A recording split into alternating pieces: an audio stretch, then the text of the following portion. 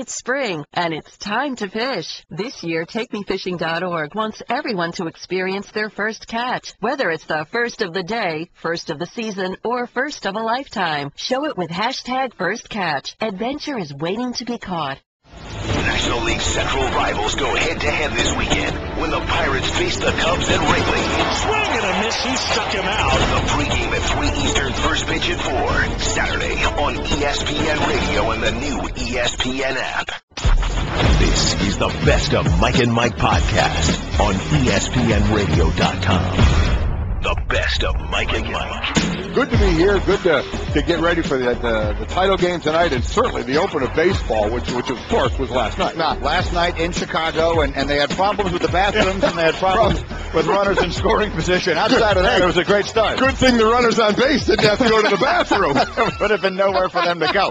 For those who don't know what we mean, we'll get to that. But obviously it starts with Duke and Wisconsin playing tonight for the championship, and I want to take you back in the Wayback Machine to 1991, because I think the circumstances are almost about as close to identical as you could get. Mike and I both got here yesterday in the afternoon. We took a little walk. Yeah, we did. Golic walked with me to a Barnes & Noble to buy a book, which was phenomenal. But anyway, I was thinking about this, and I went through it, and I confirmed, because my recollection these days, sometimes I screw things up. 1991. The UNLV team that everyone has been saying all year long was better than this Kentucky team, would have wiped the court with this Kentucky team. That was an NBA team. They had Larry Johnson. They had Greg Anthony. They had Stacey Augmon. They had a big man named Ackles who was really good. They had Anderson Hunt. That was a really, really good team. They had beaten Duke, unlike Kentucky having beaten Wisconsin last year in the Final Four by a point. They had beaten Duke into submission in the championship game the year before. They beat them by 30. They humiliated them. The next year they come back. They're supposed to be even better. They're going for the perfection, and Duke beats them in the semifinal round. To this day, it's one of the most stunning wins, much more stunning than what happened, in my opinion, on Saturday night. And I remember all the talk then was, well, Duke is going to feel like they won the title. There's no way in the world that in 2 days they can get ready to play another game. Well, guess what? 2 nights later, they beat Kansas for their first ever national championship. Coach K's first and Duke's first.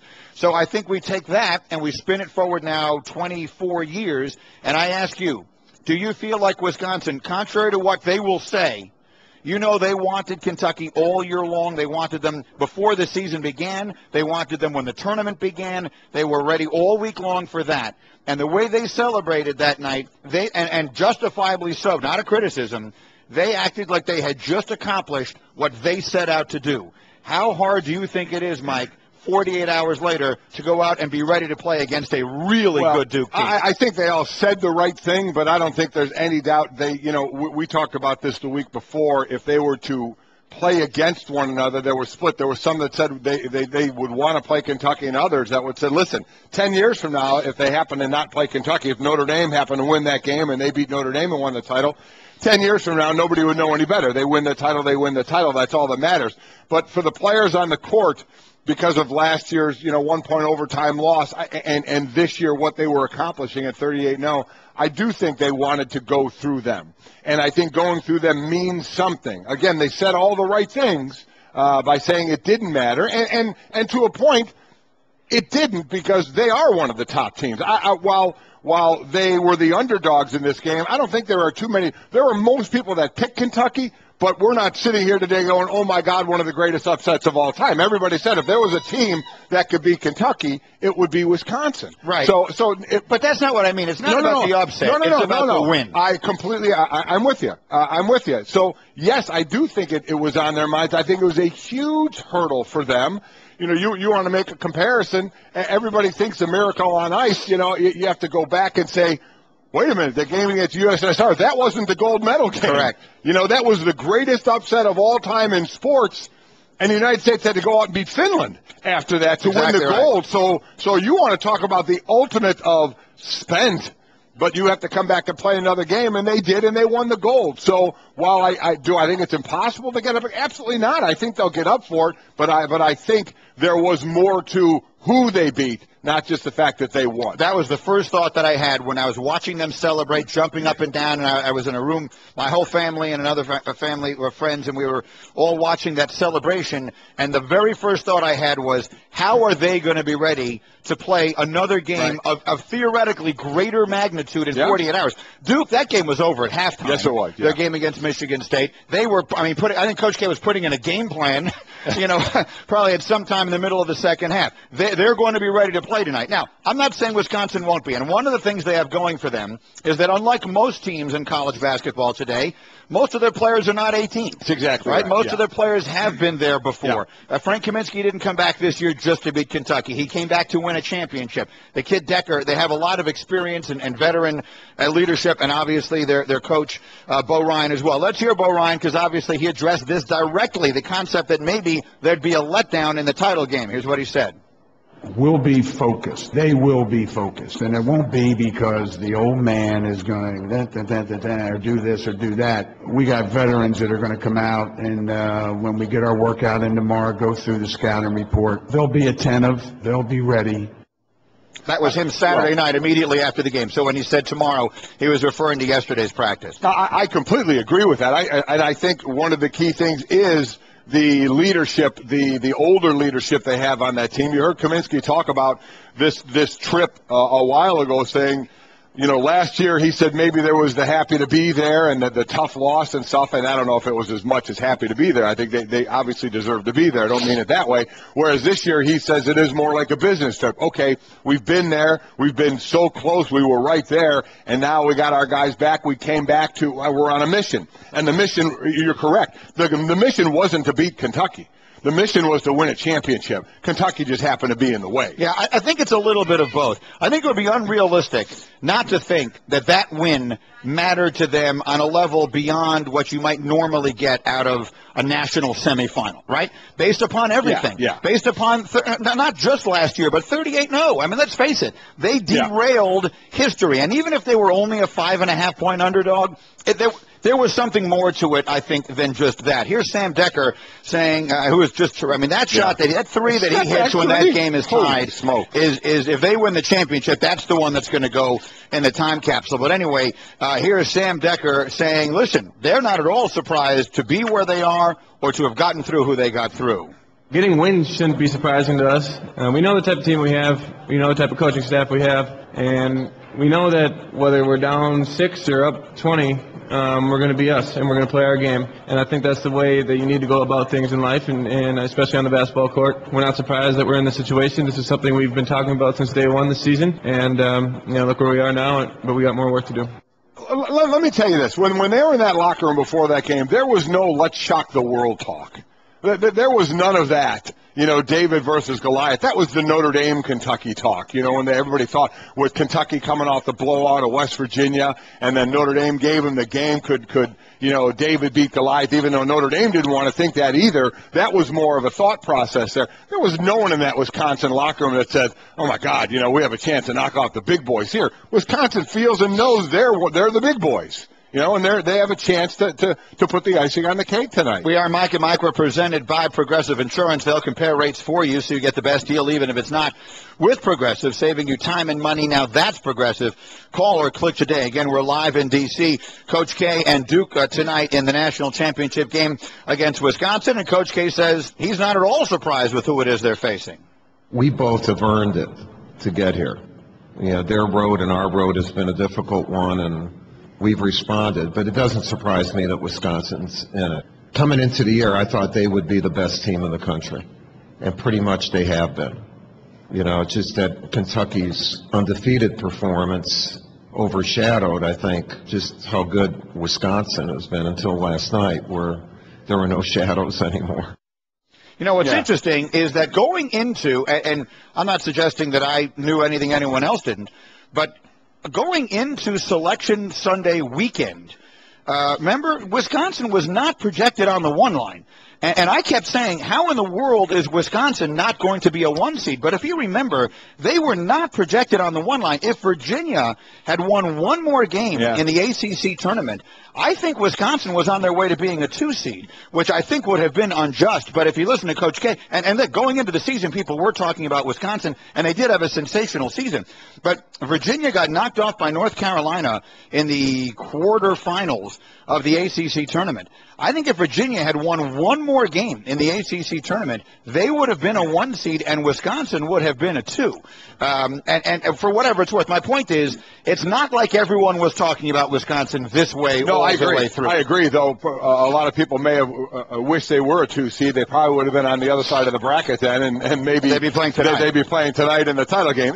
Either way, to go back, to the Duke-Michigan State game, which wasn't, that great of a game. Michigan State jumps out to the 14-8 lead, then all of a sudden the curtains go down. But I always love those halftime stats. First to see the Izzo stat 11 times in the tournament down at halftime. He's come back to win. And then basically Coach K, when they're up at halftime, he's, 47,000-0 or what, some stats got to give. And you kept wondering if Michigan State would make a run, and they were never able to do it. And so Duke got there. But a lot of people, I hope it's a great game, because I think for some people it's going to be anticlimactic. I think a lot of people wanted Wisconsin and Kentucky to be the title game, and it certainly lived up to a game that if that game had been played tonight, we would have all been pretty satisfied with it. Duke Kentucky would have been fine too, I think. I guess what I mean by that is anything that involves Kentucky, forgetting the fact that they're Kentucky and they have the biggest fan base and everything else, but anything involving a chance at perfection was more interesting. No, I agree, but anytime you mentioned the Kentucky team and you mentioned what type of team can beat them, it was Wisconsin. It was always Wisconsin first. You threw in there Arizona and Duke, but you said Wisconsin first.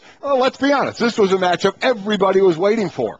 Everybody was waiting for this matchup. And it lived up to the hype. It absolutely lived up to the hype. You want to get into some of the officiating, we can't. Oh, no. Which I'm sure you will. We have to. Yeah, I know you will. Come on, you can't pretend that wasn't a big part of the story of the game on Saturday night. You can't. All I know is right now I can just punch you right in the face, and I know nothing's going to happen. Why is that? Because in the game, that's exactly right. There'll be no flagrant one. That was fine. That was just a love tap. They'll stop and look at the tape and decide to do nothing about it. Wisconsin, by the way, a 1-point favorite tonight. The over-under is 139.5. As far as experience, Wisconsin has 15 combined years of experience in his starting lineup. Duke has 9. They start 3 freshmen, so a little bit of a difference there. We'll remind you one last day, you can go to ESPNradio.com and see how the brackets are shaping up in the Werner Bracket Challenge. Meanwhile, what do we say about the team that fell just a little bit short of perfection? What is the legacy of this year's Kentucky, and what is the one overwhelming thing that was being said the other night that, in my opinion, was completely untrue and completely unfair? I'll tell you both of those, all of those, in exactly 60 seconds here on Mike and Mike. 1 minute for YP.com. Mike, all you know is the phones aren't ringing and you're not getting enough new customers to grow your business. That makes marketing your business online even more crucial. But where do you start? Who can you turn to for sound advice on implementing a marketing program that works? You need YP. Yeah, you know who they are. They started as the Yellow Pages over 100 years ago. It's the largest marketing agency for small business in America. They help power local businesses with marketing services ranging from web design to search engine marketing. Now, right now, they're going to give you a free online business listing. It's an essential first step to having customers find you, because if you visit YP.com and the YP app each month, there are 80 million potential customers there. And if you're not there, they can't find you, gang. Discover the power that is YP. Claim your free listing and have customers find your business today. So visit myfreeyp.com, myfreeyp.com. That's myfreeyp.com. Basically, one more day to play all our dance songs until we put them away till next year's March Madness. Mike and Mike, we are presented by Progressive Insurance. Great guest today, by the way. Gary Williams, the Hall of Fame coach, so many years at Maryland. I remember him when I was in school at Northwestern. He was coaching at Ohio State right there in the Big Ten. He will be by here on our set at 7:30 Eastern Time this morning with his Subway Fresh Take. Smoltzy, John Smoltz gets us set for the baseball season. Shane Battier today. Shaka Smart today. New new coach at Texas, and Jay Williams will join us live from Indianapolis as we get set for tonight's men's national championship game. Plus, Jayson Stark will have an opening day edition of baseball trivia. Well, we're getting to a good start. We're going to get off to a good start. It's all about what have you done for me lately and what happened last time he was on. We got it right. On our 15th anniversary show. Absolutely. Here's what I'm told, by the way, because Jayson is traveling today. So what I'm told is he recorded a question. Okay. And then he recorded something that he will say if we get it right and something he will say if we get it wrong. So let's do this. Whichever way we go, we'll play both of his responses. Yeah, exactly. And just listen to how snide his response will be if we get it wrong. He can't help himself. Prediction. Yeah. His we got it wrong tape is a minimum of twice as long as his we got it right tape. That's just my guess. Also a prediction, we get it wrong. No, we're going to get it right. We're going to get it right. Anyway, what do we say about this year's Kentucky team? Here's the first thing I want to say, because a lot of the things that I saw being said on Twitter Saturday night, I think were completely unfair to Wisconsin. Having watched that game from start to finish, as I'm sure everybody listening to us did, I saw a lot of people saying, well, that's the thing about the tournament. And it's just one night. It's just one given night. On any one night, anything can happen. It's one game. Let me tell you something. If those two teams played a best of 7, I absolutely give Wisconsin a 50-50 chance of winning. Without question. And I think they were being short-shrifted by all the people, including people in the business. I don't just mean, fans, angry fans, but I'm talking about analysts saying, well, there's the magic of the tournament. On any one night, anything can happen. No. Baloney. That was a dead-even game. Those were dead-even teams. And if they played a best of 7, I think Wisconsin had a 50-50 shot to win. I completely agree. And let's also remember, while Kentucky, and you cannot take away the fact they were 38-0 in what they had done, let's also understand that 3 times before the tournament, they had a ball in the air to beat them. 2 times in overtime and another time against LSU, and then obviously the game against Notre Dame that they could have lost as well. So they did have some games that were close games, and this was a great game. This is a great game that there were more than a few people that picked Wisconsin. And as I said, you can't be overly shocked that they won. Not shocked. I thought it was a sensational game. Yeah. I'm not going to start the conversation by talking about the officiating. It's impossible not to have noticed the officiating. Even you yesterday. Well, you're the one who likes to ignore the officiating when you can. Even you were going on about it last night when we were out for our little walk. Mike and I took a little walk yesterday. But more to the point, just give Wisconsin all the credit in the world. Exactly right. They did to Kentucky what Kentucky usually does to everybody else. At the end of the game, they made the plays. That's exactly right. They made the tough shots. They made the big defensive stops. They didn't get rattled. They were perfect in the clutch time, and it's 60-60. I mean, not only 60-60. Kentucky catches up, goes ahead. Right. I heard Calipari say, I thought we had him, and I got to be honest with you, so did I. I thought they did too, because a couple of times when Wisconsin's starting to get a decent lead, there's Kentucky coming back, and when they did it there, coming to the end of the game, I thought it was it as well. I did, and then I know what you're talking about, the step-back 3 by Sam Decker, who I wanted to shoot so much more in that game, hit just one of his rainbow threes that you're just like, wow, okay, there it is. They made the big plays, and Kentucky, I thought that they got a little comfortable with their lead. I thought that and we've seen this so much in the tournament, not just with Kentucky, and generally we haven't seen it much with Kentucky, but teams that get a 4-point lead and all of a sudden decide, well, let's take some air out of the basketball here. And the next thing you know, they're putting up a bad contested shot with 3 seconds left on the shot clock. There was a little bit of that. There was a little bit of uncertainty in their offense. Listen, I mean, who am I to tell them what to do? But I would have been going down low to Karl Anthony Towns on every single possession that they played the entire season, but that neither here nor there. They got a little rattled offensively. They got a little discombobulated. Wisconsin hit a couple of very tough shots, particularly the Decker 3. So Wisconsin beat Kentucky by doing unto Kentucky what Kentucky generally had done unto everybody else. And then so you ask about Kentucky, it's not a failed season. It's certainly a disappointment. But, you can't say it's a failure when you're 38-0 before you lose. But it does bring up questions, certainly not only about the team, but about Calipari, the successful coach that he is, the coach that's going into the Hall of Fame, for the fact that he always gets the best talent every year and he has one title to show for it. Right. The best of Mike and Mike. Guys, when you buy your clothes at DXL, you look good. But you feel like a rock star. So if you want to look and feel like you'll find all the brands you love, waist size 38 and up, all in one awesome store. DXL, you're looking good. Right now, select dress shirts are just $49.50 each when you buy 2 or more. The best of Mike and Mike. Mike and Mike. Let's bring in the Hall of Famer, national champion at Maryland. Actually, we were here in town when they won the national championship. The great Gary Williams is with us. How are you this morning, Coach? Mike, I'm doing well. So if you think this guy shot it, and looking at him, that does have to be pretty miraculous. Well, I understand the Duke thing. That's a required course at Duke. You have to take Oh, there you go. You know, and I will say this. I remember you. I went to Northwestern in the 80s. So when I was there, you were coaching at Ohio State. Yes. And so whenever I encounter any of the coaches who coached in the Big Ten at that time, I feel obligated to begin by apologizing for all the things I shouted at you from the student section, directly behind the bench. You, Gene Cady, Bob Knight, all you guys. I remember the time Knight went after the band at Northwestern. He was going to go up into the band because somebody was saying something. Since Greeny brought it up, I imagine you have to hear the stuff. I mean, have you ever acknowledged it? Unfortunately, yes. No, as I got older, I acknowledged it less.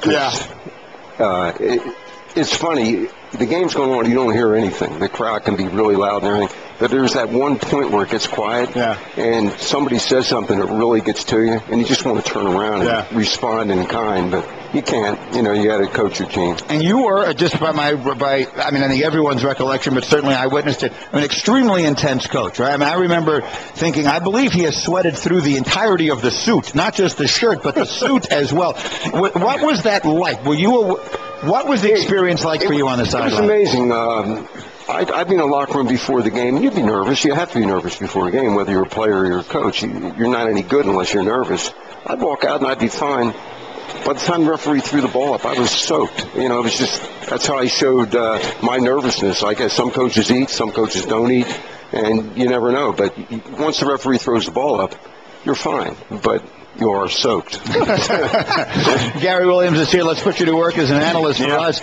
In your mind, Wisconsin beating Kentucky the other night, would you describe that as an upset?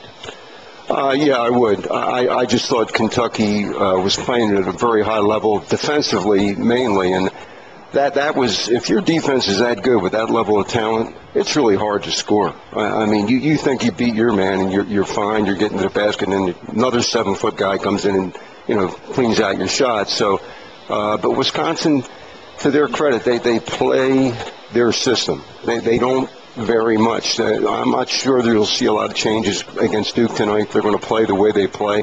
Bo Ryan runs a 5-man offense still. Very few teams in the country run a 5-man offense. It's mostly screener rolls with 3 guys parked in the 3-point line now. And, you know, Bo Ryan has maintained his style of play through all the years, and that's why he's been successful. Well, you consider this an upset after the Notre Dame game, which ran high screens, drove to the basket, had guys sitting out for the 3, but then they gave them the game they did, and then you thought, well, Wisconsin can do that with like NBA guys, you know, with a 7-footer, with a 6'10" guy. Did it give you pause to say, "Wow, boy, that made it interesting"? The Notre Dame game with Kentucky, that was the first game I thought Kentucky looked a little nervous about their streak or going undefeated or whatever it was, because I thought they were slow in reacting. And obviously Grant's a great player and really quick, probably as quick as anybody with the ball. But once he beat his man, the big guys from Kentucky couldn't get in and bother his shot. It was amazing he got to the rim as much as he did against Kentucky. So let's talk a little bit about it. How did they do it? What is it that happened that night that Kentucky did not normally do, closing games that did happen that night? And on the flip side, how do you explain Wisconsin being as good as they were in those final 2-3 minutes? I thought Kentucky really got tentative when they got the 4-point lead. All of a sudden, everything stopped. You saw their guards just dribbling the ball outside, dribbling. Then it would get down to 7. Wisconsin's the best team in the country with the shot clock going down under 10.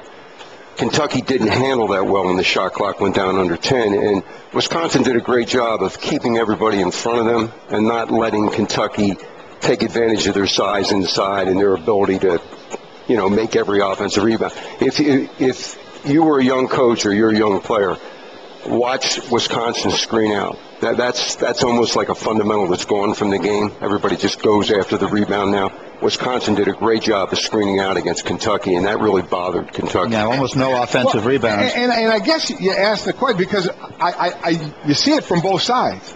You have the lead, you want to burn some clock, but you also get out of your offense. It's kind of like the prevent defense in football. Yeah. You played a great defense the whole game, now all of a sudden you're backing off to get the win. It's the old joke, it prevents you from winning. Yeah, exactly. And I think any sport, playing with the lead is the hardest thing you do, is when you get the lead late in the game.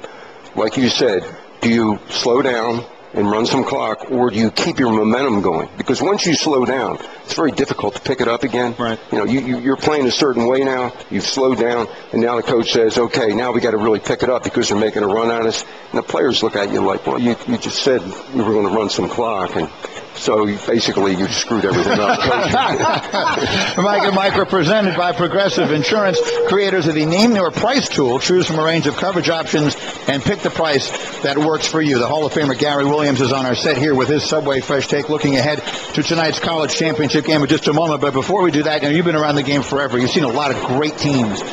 What is ultimately the legacy of this Kentucky team? John Calipari was tweeting yesterday, and I think to some degree he's trying to make himself feel better, make his players feel better, saying this team changed college basketball. I know Mike and I don't agree with that.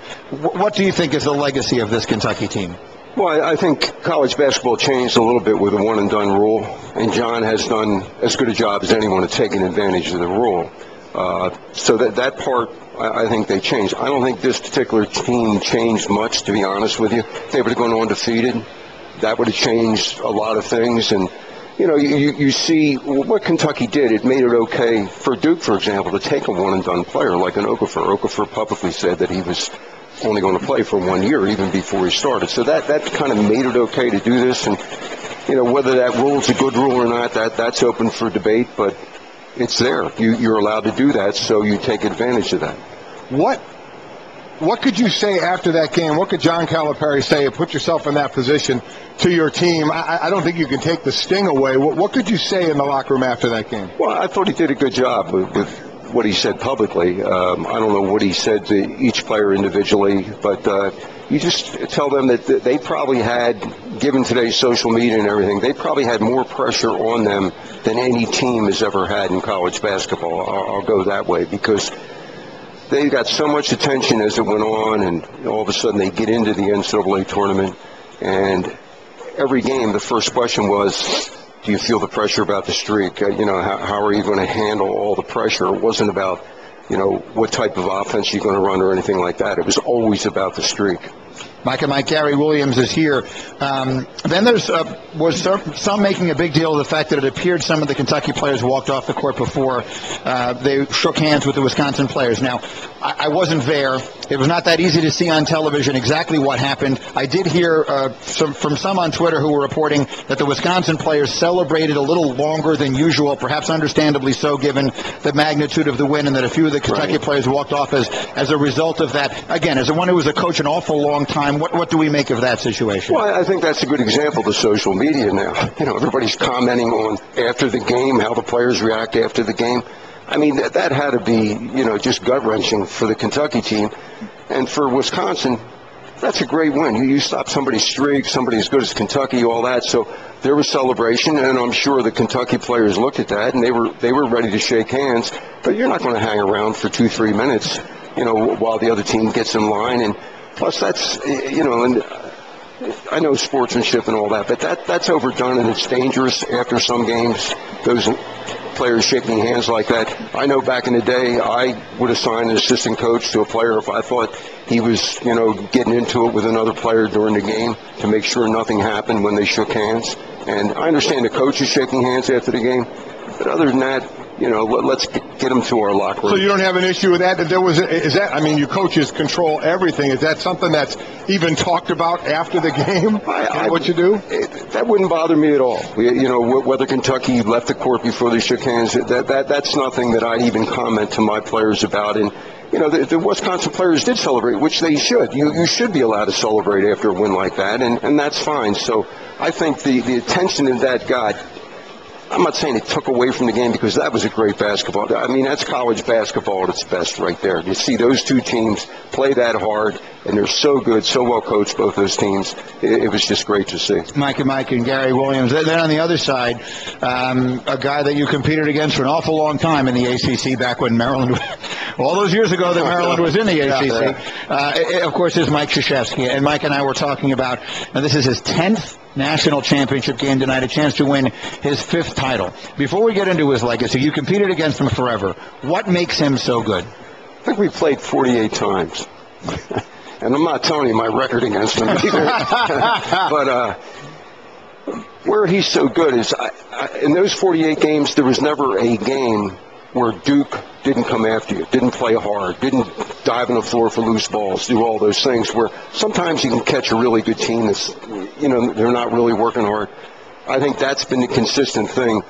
And that might go back to his West Point days when he played for Bob Knight and things like that. You learn that somewhere along the line, that that's the way to play basketball. And as Mike has gone on, and he's gotten great players, obviously, all through the time after his first few years there at Duke, and even Jay Billis, he was not one of the great ones. He was okay when he was there, but it's even given those players, they still played the same way. He didn't change the way he coached just because he got better players as time went on. Did you ever, at the height of the talk, think he was going to jump to the pros? No, I didn't. I think he really loves where he is at Duke. He understands his situation there. Coaching at a great university, he's going to be good every year. The kids want to go there, which you still have to go recruit and everything, but you have an edge if you're at Duke University. As the Olympic coach now, all those things are involved, and he's in a great situation. And really, he's got nothing to prove, because he's proven he can coach the pros in the summertime in the Olympic team. Do you think if he wins tonight, if some people want to say he's the greatest coach in college basketball history, 5 titles, we know John Wooden won 10. It was a very different era then, and it's very difficult to compare the magnitude of winning then versus winning now. Do you think that if there are some people out there who want to say he's the greatest coach of all time, would you join them? I think you can say he's as good as anybody that's ever coached the game. I think that's only fair, because when John Wooden coached, there was 16 teams. You played in your region on the West Coast, and you were in the Final Four if you won 2 games.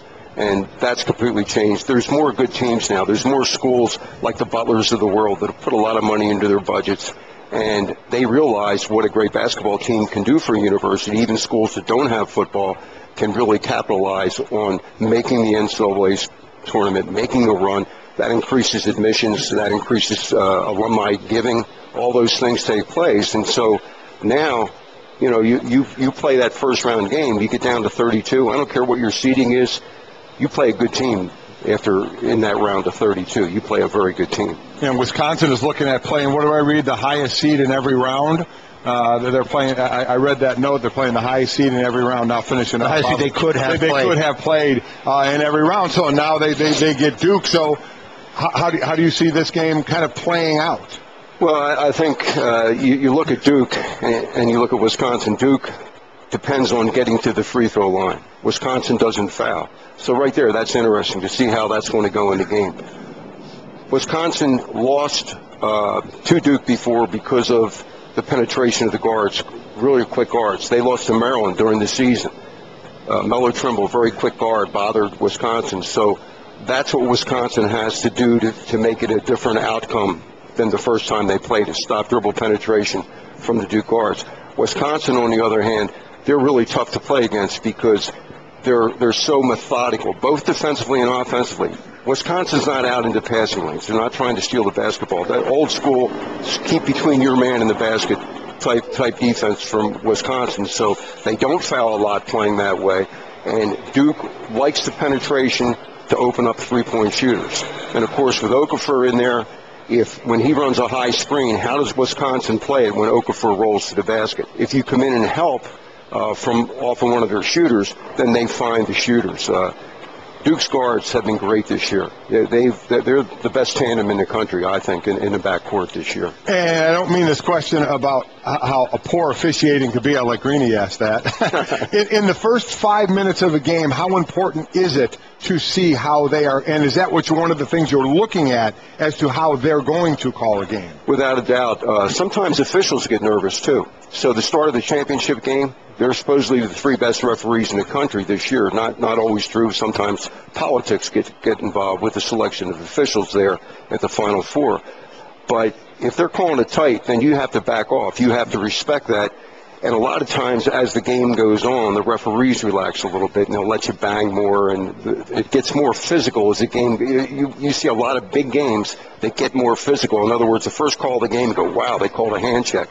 Then the second half, you'll never see a hand check called. So you have to read that, and good teams do, and obviously, the coaches in this game tonight, they know how to do that. The Hall of Famer Gary Williams is with us. Gary, what are we going to do about the officiating? I don't want to sit here every morning and talk about it. No one wants that. But I mean, Saturday night it would be impossible to ignore the role that some of the baffling calls or misses played in that game. The fact that they looked at that one play that we joked about earlier and did not call a flagrant one was almost impossible to believe. The fact that Wisconsin gets a basket that was so clearly after the shot clock had completely expired that they couldn't look at it on the video, I guess, is a whole separate discussion, but that no one saw that. And that's just 2 small examples. I mean, the officiating has, at least in my view, I don't want to put words in your mouth, has been horrendous. What can we do to make it better? No, I agree. That first play with the announcers were talking about whether it was a flagrant 1 or flagrant 2. They were just assuming it.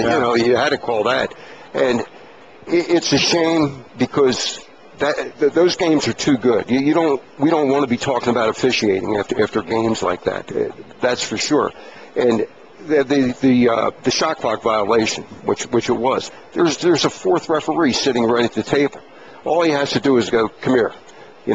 That didn't count. And that's 5 seconds. And with the way the games are now, nobody worries about time. The media timeouts are 3 minutes. The halftime's 20 minutes instead of 15.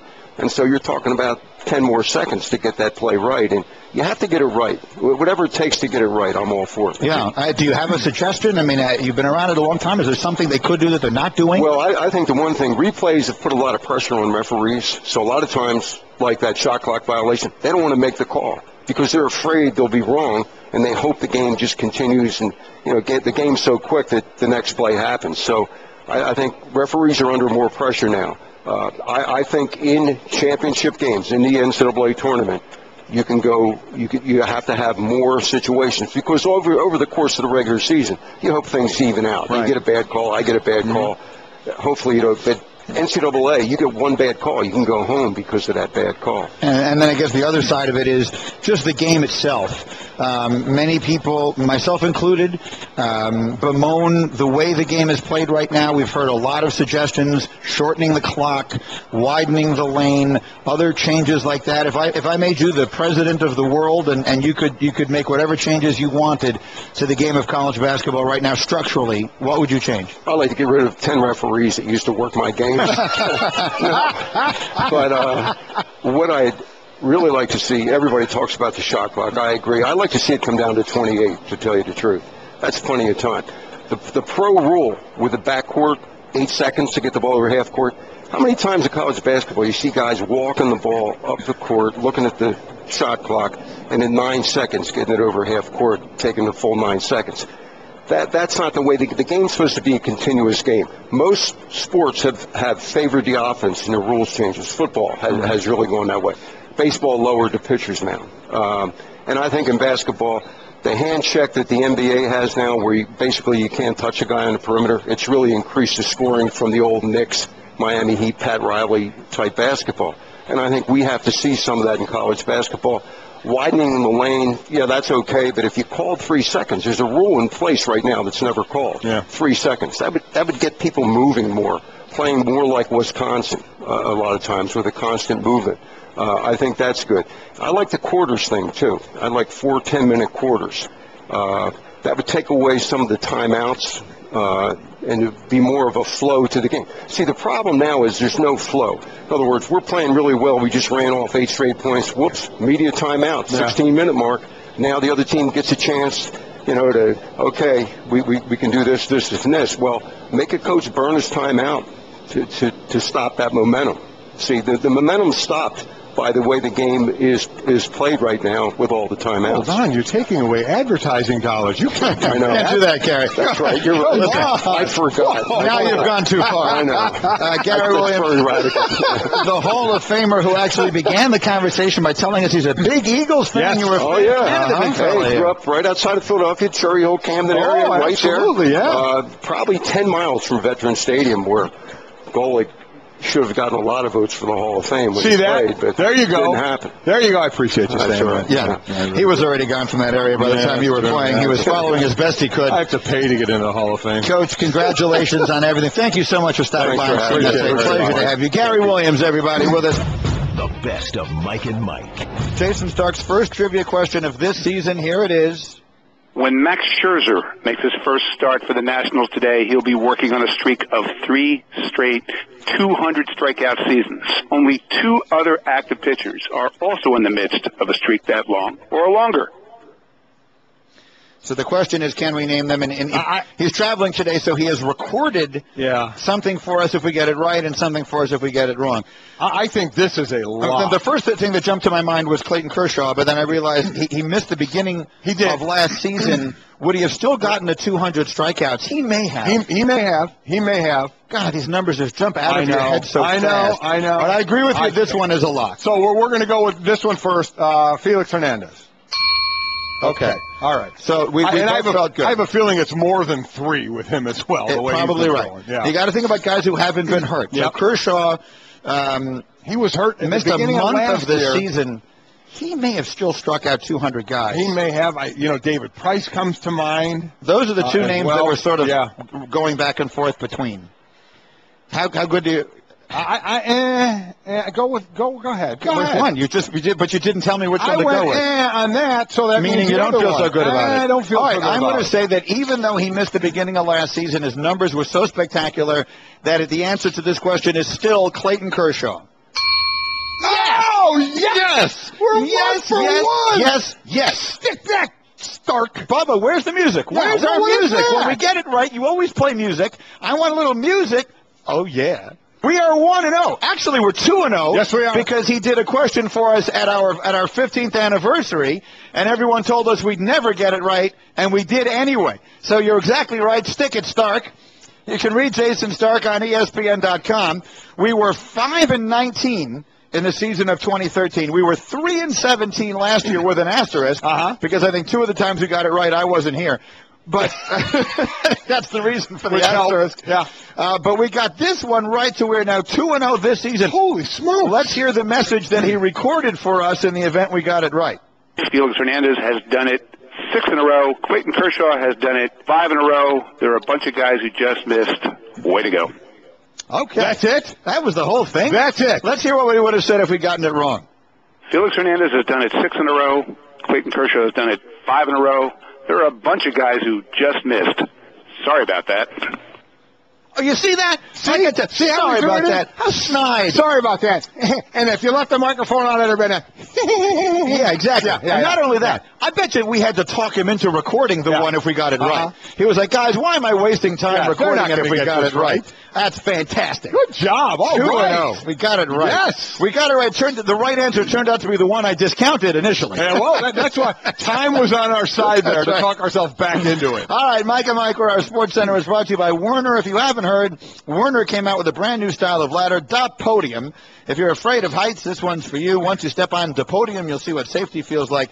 Check it out at WernerPodium.com. Of course, baseball season now, getting underway all across the country today. And Hembo, our researcher, put together just a little list of the top stories in the sport. You know what I saw yesterday on SportsCenter? My congratulations or my compliments to them. They put together in the spirit of Twitter 140 seconds from Carl Ravitch on the start of the baseball season. You see it, Nick? It was really good.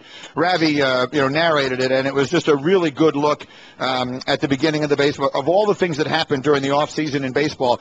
But Hembo narrowed it down to the top 4 storylines as the season begins, and number 1 is the team that plays right behind us here, the Nationals. Are they poised for greatness with Scherzer and Strasburg and Zimmerman, Gonzalez and Pfister? 5 pitchers of a combined projected WAR of 22.4. I can't remember maybe it was since the heyday of the Yankees, all the way back, I don't know, 5 years ago, that we had a time where a team went into a season that felt like as prohibitive a favorite as the Nationals do this year. Were we not saying it? Remember, when the Phillies lined up their pitching staff, were we not talking about them in that regard? A little bit of a murderer's row, and boy, that certainly didn't pan out, and that's what we're looking at here again. So it all starts today. There's got to be a whole lot of optimism here, no doubt about it. Boy, how much have things changed? The Nationals are 6-1.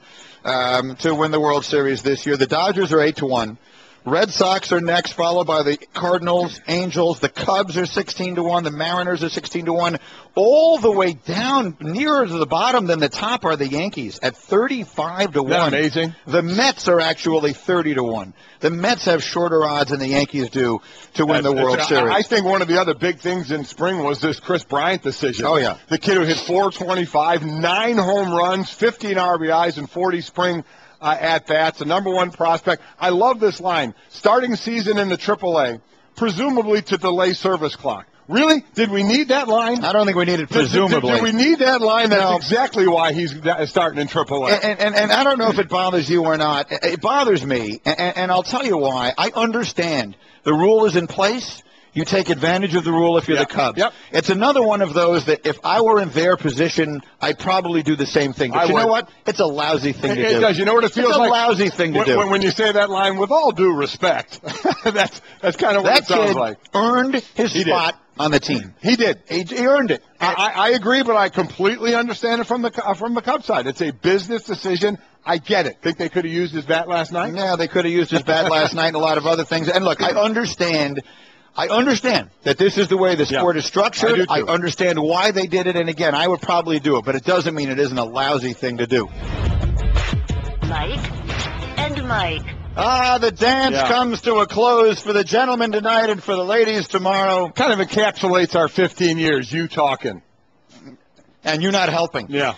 We are presented by Progressive Insurance. We will have Shaka Smart, the new coach of Texas, live on the Subway Fresh Steak Hotline in 10 minutes.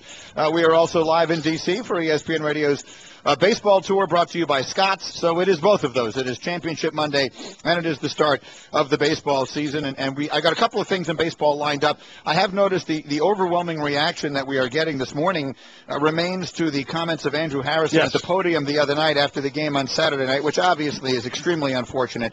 By now you know what we're talking about.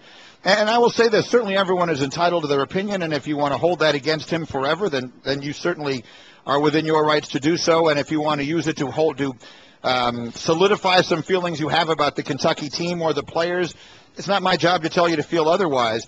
I will say this, that I don't know that anyone, if they are being intellectually honest, because I'm seeing a million different things saying, well, guys, if Frank Kaminsky said that about Andrew Harrison, it would be a much bigger deal. And the answer is yes, of course it would. Yeah. If you are being intellectually honest with yourself, ask yourself, do you really think it's the same thing? I'm not defending it. I'm not saying it was a good thing to do, the right thing to do, or any of those things. But for those who were saying, guys, it would be a totally different thing, well, yes, it would be a totally different thing. It really would. That's one of the first things I got on Twitter. What if? I said, well, he didn't say it. Frank didn't say it. No, they didn't say it. Harrison said it. And it's an unfortunate statement to make. It's a bad statement to make.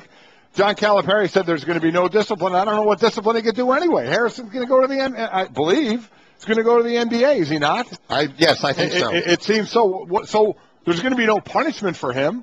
He's going to have to carry that. That's going to go. But let's go to the other side of that. Let's lay it out there. As far as a white player, say Riley Cooper go through a little bit in Philadelphia with that, and then what? That's just what did go away is a relative term, but. He's still with the Eagles. He's still playing for them. He's still catching balls, catching touchdowns. It was a firestorm for a bit, and then it kind of subsided.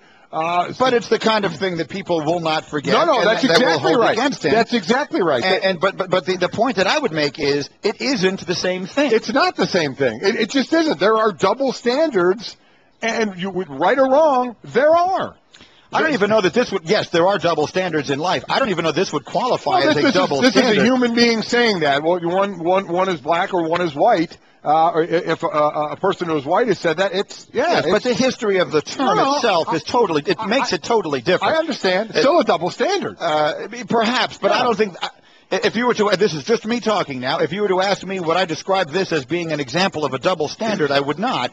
I would say that those are just two totally different things based upon the history and the meaning of the word, or the traditional usages of the word. I get everybody, those, I guess, the people that are losing their mind over it, I'm not, where would you like to go? It was a bad statement to make. He was wrong for making it. His excuse, his reasoning, saying I said something in jest, I don't believe for a second. He didn't say it in jest. He's just now trying to cover his tracks a little bit. But it was a bad statement to say. But okay, he's the one that has to live with it. I mean, I'm not sure what else you're looking for. Well, are we looking to condemn him?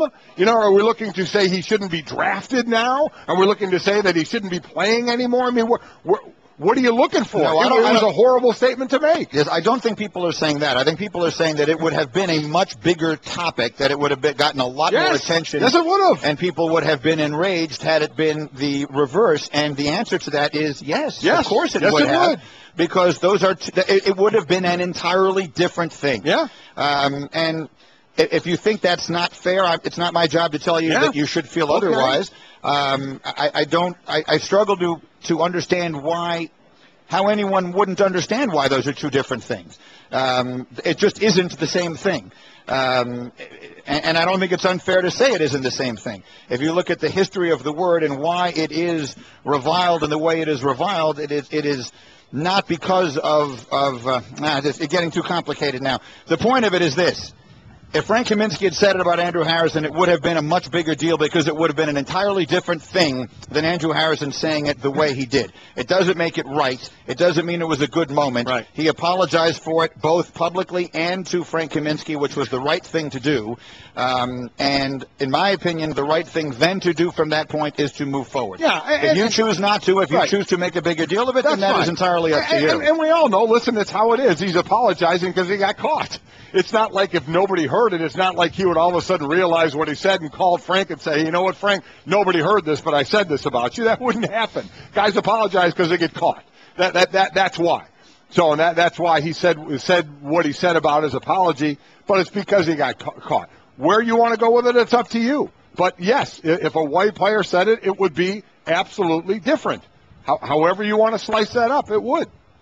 Don't you agree with me that it would be different because it is different? It is different. Yes. It would just be an entirely different. Yes, it would. Yes. An entirely different thing. Anyway, listen, it's not our job to tell you whether you should agree with us or not, but we both had that reaction to it immediately, and I'm a little surprised at how many people seem not to view it that way, but that's what makes the world go round. All right, Mike and Mike, Shaka Smart coming up in a couple of minutes. A couple of baseball notes that we have not gotten to. Well, first of all, this Tommy John thing, that's what keeps sticking in my head.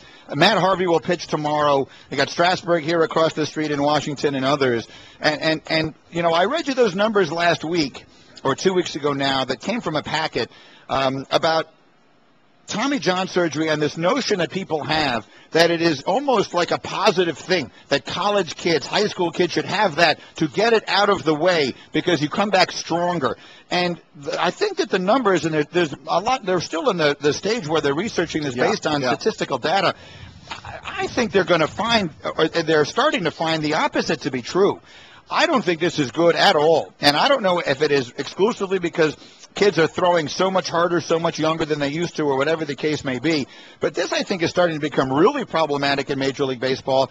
And I think it is going to significantly affect the way teams make contract decisions. You know, are you going to give a young pitcher, are you going to be willing, I mean, you look at a guy like Matt Harvey, who looks like he is ready to set the world on fire from a talent perspective.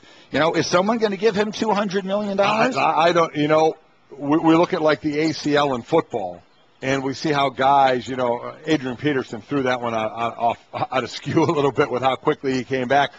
But we do see guys come back better at times, or at least back to what they were. And that was the thought so far with Tommy John is not only is it going to help you, but just go ahead and get it out of the way early. Just do it. Just be done with it. When John Smoltz came out, it was incredible what he had said about it. Get it out of the way, get it done, and that's going to help you. And we're finding it seems that the research, as you had said, is going the other way. So what's the answer? The answer seems to be, and I agree with John, is the next generation. And we say that in different sports of how you can help the next sport. We've been talking about it in football with Heads Up and youth football and trying to make the game safer and better from the early stages because they're the next guys that play on Sunday. Well, baseball, you go down to the little leagues and they're the next ones that are going to be in the majors. So what's their route? Does that have to change? Is that what we're going to – because we're talking about the Tommy Johns now. Well, the nows are happening. There's nothing we can do about that.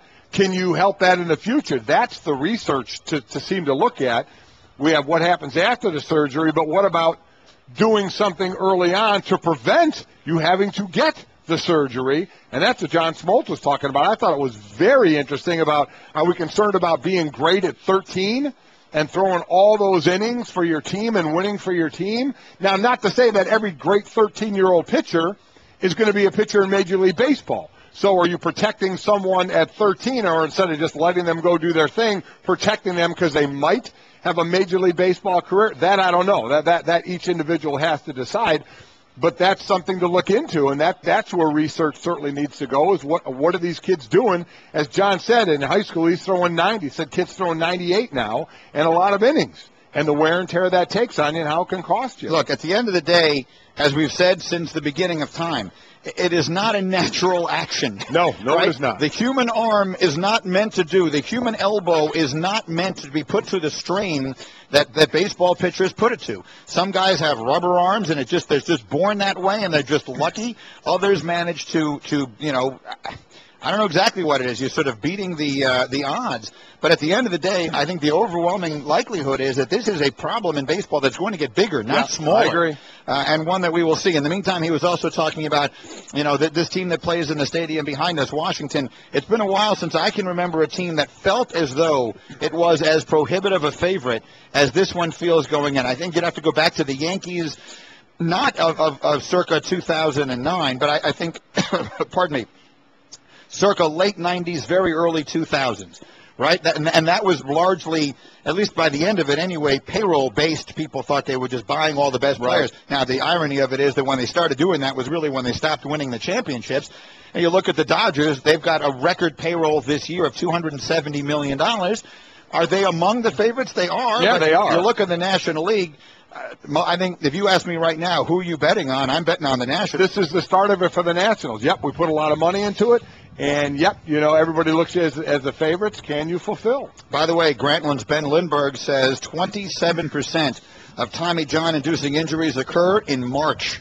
So, obviously, off-season work and just getting things started at the beginning of a new year are critical to that. All right, a new year will mean a new job for our next guest, Shaka Smart, who had been wooed in a lot of places, has made the move to Texas. He will join us live in exactly 1 minute to tell us why and help us look ahead to tonight's championship game after this word from Scotts. Mike, how many people do you think called in sick this week? Could be in the thousands. Workers all over the country experiencing an epidemic. With the long, cold winter we've had, there is a bad case of spring fever going around the country. Yep, one of the best ways to cure that, big dose of opening day baseball. Excitement, anticipation, the smell of hot dogs and fresh cut grass. Nothing like opening day. That's so true. What if I told you your lawn could be as healthy and look as good as it feels on opening day? You can start by feeding and eliminating weeds with Scotts Turf Builder Weed and Feed. Knocks out weeds like dandelion and clover. It gives your lawn the nutrients it needs to be thick and healthy.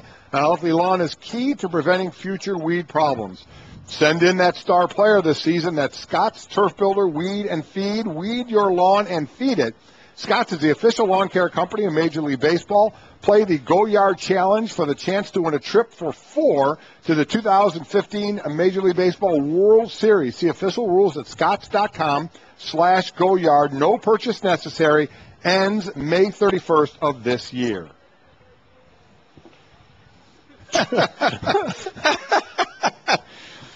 All right, here in our nation's capital, the presidents are behind us. Yes, they are. As are the Nationals. The baseball season stretches out in front of us, as does tonight's college basketball national championship game, where Mike and Mike were presented by Progressive Insurance. Looking forward to baseball, looking forward to the title game tonight, and it is our pleasure to welcome our next guest. He is now the head basketball coach at the University of Texas. Shaka Smart is with us on the Subway Fresh Take Hotline. Coach, it's been a while. How are you? Congratulations on the new move. I'm terrific. Thanks for having me on.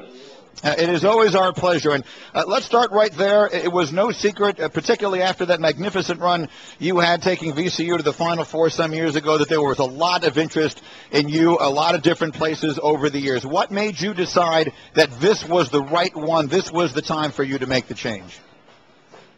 Well, to be honest with you, Mike, I had such a great situation at VCU and so much support there that I really didn't even look closely at a lot of the opportunities that have come up over the past few years.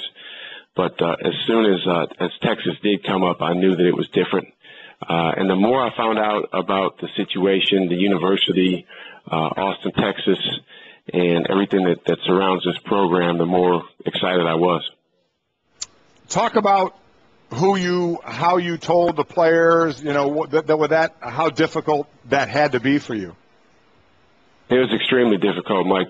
That's the toughest part of any transition like this. And, when I was in college, my coach left after my freshman year, and I remember how painful that was. The biggest thing for me was that I was able to communicate with our guys before they heard from anyone else. Obviously, in these sorts of things, there's a lot of speculation leading up to any sort of decision. But literally, as soon as a decision was made, the first group of people that I talked to in person was our guys. And again, Mike Shaka Smart, you said a moment ago you knew this was the right situation. Why? If there's one particular reason why you thought Texas was the right place for you, what's the reason? Well, I think there's a tradition of excellence here in the basketball program and really across the board in the athletic department at Texas. And you're also talking about a world-class university. I knew for my wife and my family that this was a place that they would be really excited to live. And when you add all those things up, it really struck me as a phenomenal opportunity. Now, it's interesting you say that there's a tradition of excellence, certainly in the football program. And when Rick Barnes was fired, I brought this question up here on the show, and I'd love to get your take on it, which is, what are the particular challenges of coaching at a place that is a football institution? You look at Notre Dame, you look at some of the others that where football is so powerful and such an incredibly popular sport and on the campus and everything else. And you have to find a way as the basketball coach to turn that into a positive. So what is that way? What is it like to turn – how does one take Texas's enormous history in football and turn that into a positive for the basketball program? Well, I think the success of football is a positive for everyone around the athletic department and everyone around the school, for that matter.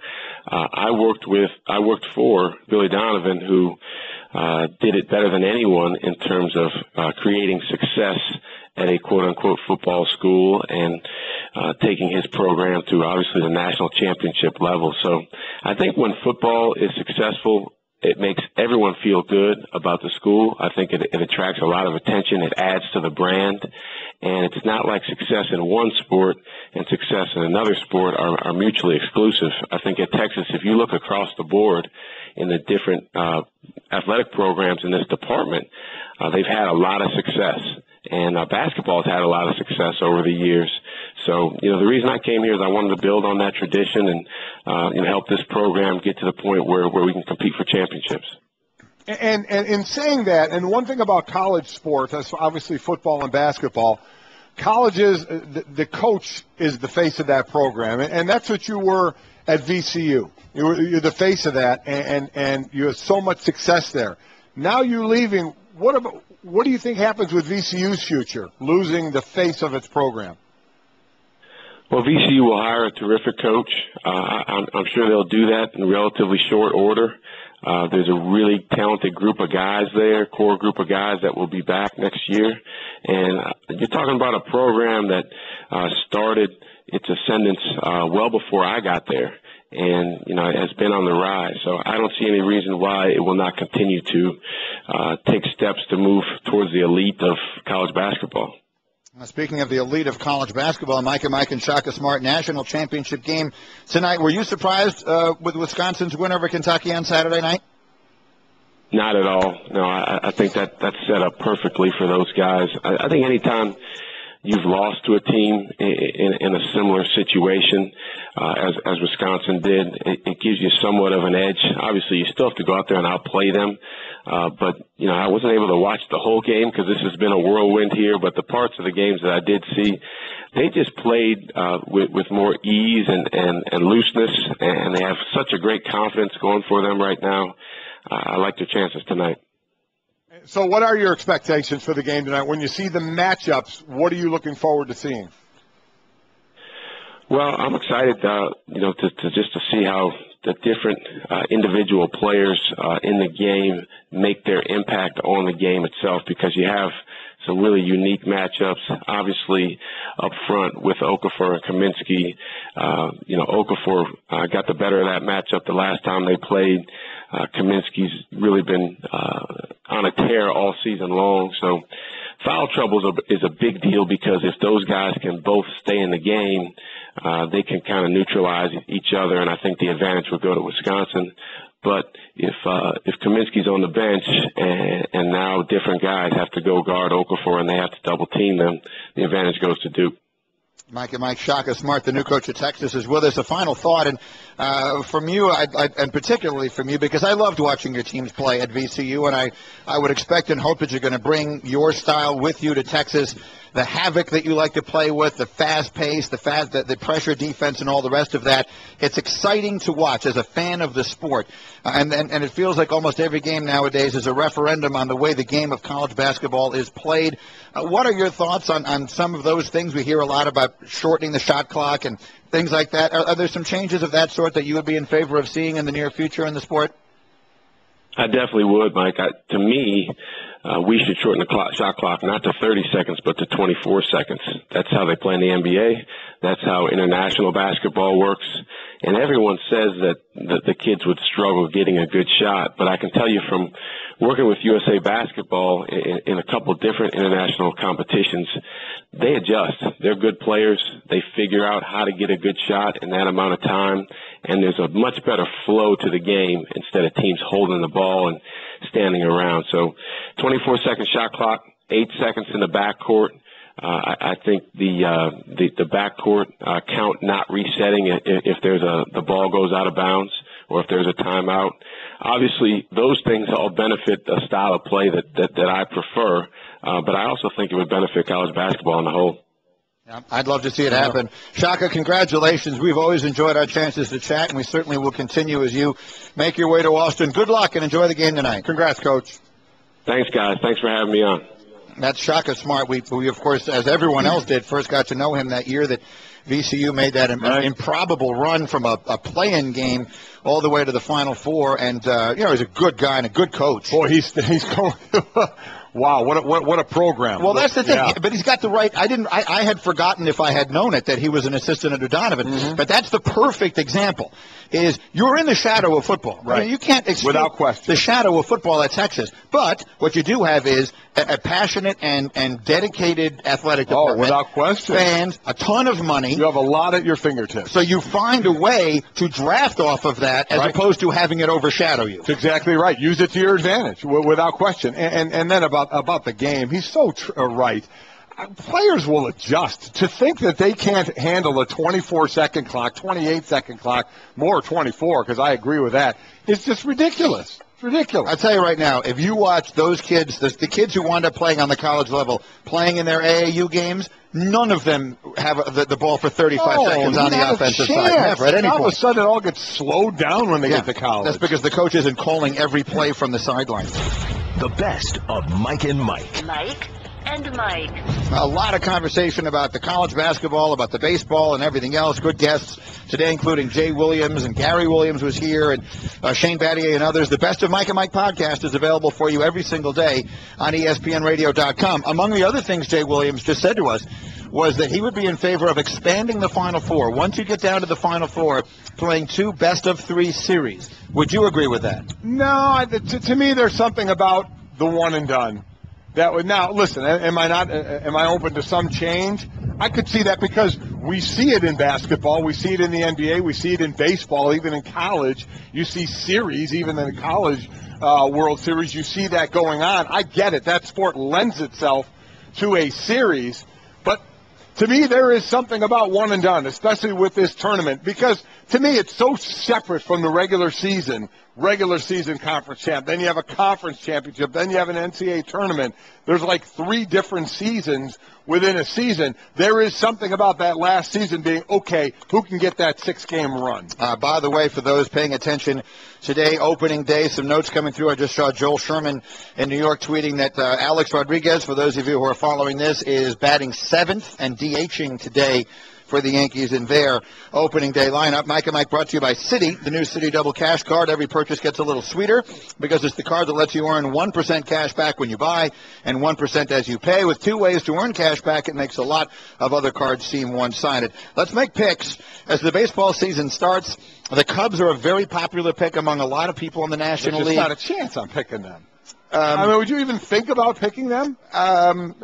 No, you wouldn't. When you just said that, when you started saying there's just not a chance, I thought you were going to say there's not a chance that they could win it this year, and I wouldn't agree that much, but I would certainly be surprised. No, they would not be among my 3 or 4 favorites. I wouldn't lay $1 on them in the National League. I think it's almost look, the one thing about baseball that I like, that I appreciate, is that the marathon that is the season, there are very few flukes. Right? You don't get a lot of flukes. You get a fluky champion every once in a while if you're in a bad division and then you wind up in the playoffs. But if you're going to say which team do I think is by far the safest bet to get to the postseason, which you have to do in order to win the championship, they play right here behind it. It's Washington. Exactly right. How can you not say so? You have to say so. The one thing that you can never predict is injuries, especially with pitchers, and you have a rotation here that is incredible what they set up, but you have no idea if they make it through healthy. The odds of all 5 making it through healthy are not great. No, but we don't see it. They could absorb an injury to a starter more easily than any other team. That's exactly right. So I'm relying on just one or two. I think that if you are betting and you are trying not so much to find a way to win a bunch of money, thus trying to find longer odds, but you're trying to make the safest pick you can, I can't see any way in the world you would not pick the Nationals in the National League. And as far as the American League is concerned, it's obviously a lot more wide open. Yeah. I've liked the Tigers for a while. I keep picking them and losing. A lot of people I've talked to like the Angels a lot. A lot of people like the Mariners. A lot of people like Seattle. Again, Buster only picked Seattle and the Pirates in the World Series, with the Pirates winning. Which, boy, that would be something, considering there's been a bit of a wait in Pittsburgh. How about the Red Sox with all the acquisitions that they made? The Red Sox, how quickly could they bounce back from where they were? So they're as far as odds, Vegas odds, aren't they the 3rd American team? Isn't it the Angels, Mariners, and then I believe the Red Sox? I think of the odds that I saw, the Red Sox were the highest rated American League team. And again, these are different in different places, but the odds I have here have the Nats, then the Dodgers, then the Red Sox. The Red Sox are the first American League team to show up. I have one from the Las Vegas, the Westgate. It's the Nationals, the Dodgers, the Cardinals, then Angels, Mariners, Red Sox. Okay, so that's a different numbers than I'm looking at. You want to do it? Which way you want to go? You want to have a little fun and pick Seattle? Yes. I think would be a little more outside the box. Let's do it. Let's see if Robbie Cano can lead that team to the World Series, Nats and Seattle. How about tonight, Mike? We said it earlier this morning for those of you. Real quick, let's have some fun. Of the teams 100 to 1 or more, who would you lay some money on? The Twins, the Diamondbacks, the Braves, the Rangers, the Astros, or the Phillies, which are 500 to 1. Out of that group? Out of that group. They're all the 4 of them, 5 of them are 100 to 1, and then the Phillies are 500 to 1. I mean, you just got to pick the team that you think is in the most winnable division. Under the circumstances as they are, would that be the Twins? I mean, based upon the division in which they play? You know what? I'm sorry I asked that. I wouldn't put a plug nickel on any neither would I. Never mind. Tonight I like Wisconsin. I think that these are 2 very good, evenly matched teams. I know Duke beat them by 10 points. The last time they played, and that game was in Madison. Right. Duke shot 65% in that game. Yeah. And Duke, based upon the fact that they're so young, you would think would get better as the season went on. There's just something about the way Wisconsin is playing right now that I feel like when I'm watching them, I'm watching a team that's going to win the championship. And Duke is great. Okafor is great. Winslow's becoming a superstar. He is. Betting against Coach K is probably never a good way to make money, but I like Wisconsin in a close game tonight. I just think they are by this much the better team. I do as well. What said about Okafor, Winslow, Cook, what he's been doing, the guards play for Duke.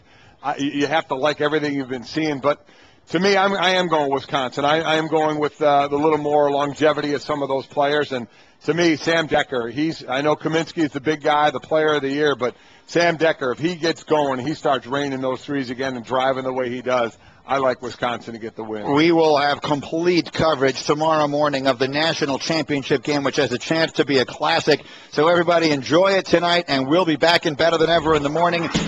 This has been the best of Mike and Mike on ESPN Radio Pod Center. To hear more from Mike and Mike, log on to ESPNradio.com and become an ESPN Radio Insider. The best of Mike and Mike. ESPN Radio, bringing you directly to the biggest events in sports. Center field, well hit, Hunter back, out of here! From opening day of baseball, Throw to the plate, safe at the plate! right through the World Series. For the third time in 5 seasons, the San Francisco Giants are the champions of the baseball world. Whether it's LeBron, Chris Paul, or Kevin Durant, when the NBA tips off, ESPN Radio is right there when a champion is crowned. We have a new world champion. The San Antonio Spurs are the world champions. And when the magic of bowl season arrives, ESPN Radio is your home for the new college football playoff. The college football playoff first national champion, the Ohio State Buckeyes. The biggest events in sports can be found right here on ESPN Radio. Isn't this weather great, Golic? Yeah, it's been a long time since we've had a day like this. Oh, and we're doing it upright. Some Johnsonville brats on the grill, a cold drink in our hands, feet kicked up. This is how to live. Yeah, can you imagine all those people who have to be inside working on a day like this? Yeah, those poor people. Oh, I'm just so glad you found those guys to fill in and take our place on the show today. Wait, what? I thought you were going to get the guest host for today. No, Greeny. I said I was going to get some root beer floats. Well, then who's doing our show right now? Well, that's not good. We better get back to the studio. But Golic, the brats are ready. Oh, man, Johnsonville brats, all that full, juicy flavor that comes from only premium cuts of pork. We could probably enjoy a couple of these before we head back, right? I don't see why not. That static seems to be doing okay, and it's certainly not going anywhere. Then neither are we. Pass me one of those Johnsonville brats. Johnsonville, served with pride since 1945. Find delicious recipes for the grill at johnsonville.com.